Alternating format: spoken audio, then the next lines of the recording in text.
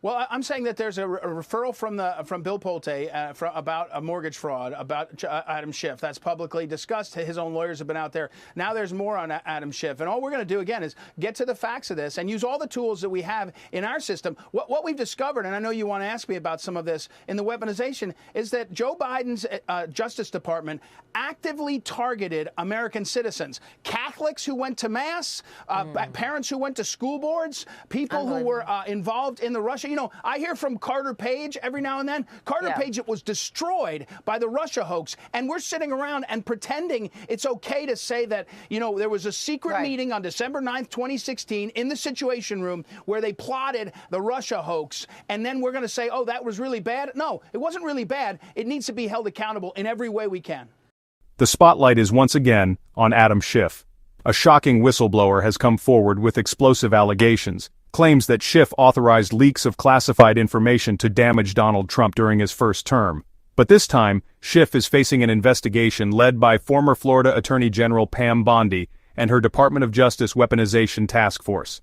What began as whispers about Russia collusion has now evolved into a full-blown sting operation, one that could finally hold Schiff accountable.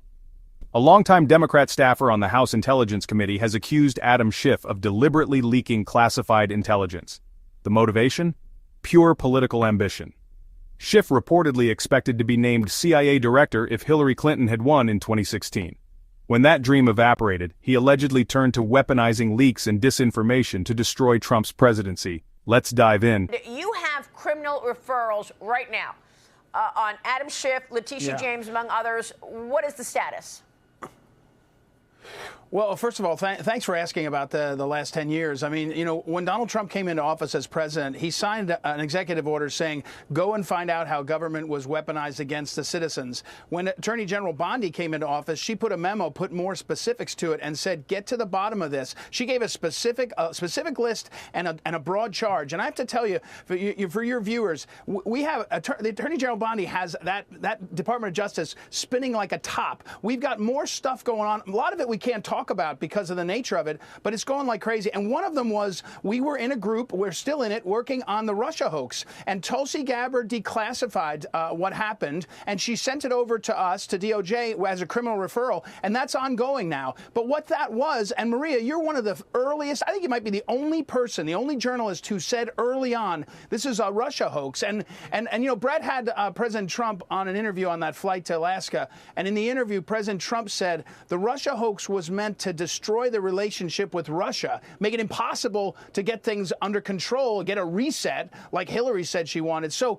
what we have in the Department of Justice now is a weaponization working group and the backing of our leadership to go and find this stuff. And so the Russia hoax, we know the birthday of the Russia hoax. It's December 8th, 2016, where the Obama administration, including Obama, said, don't put the truth out, lie, and ask the media to help us, and the Washington Post and others jumped right in. And then we had the Russia hoax that went on for 10 years. And every time they get in trouble, meaning the deep state and others, they throw another hoax out. And all we're doing at DOJ and all we're doing across the government is saying, get the truth out. And then, by the way, let's hold people accountable. And that's exactly what's going on. So when Bill Pulte sends a criminal referral over to us, and he says Letitia James and Adam Schiff, and by the way, both their lawyers have come out and talked publicly about that criminal referral. So you can talk to them about the specifics, because I'm going to tell you what we're going to do is we're going to follow the facts. Every American that has a mortgage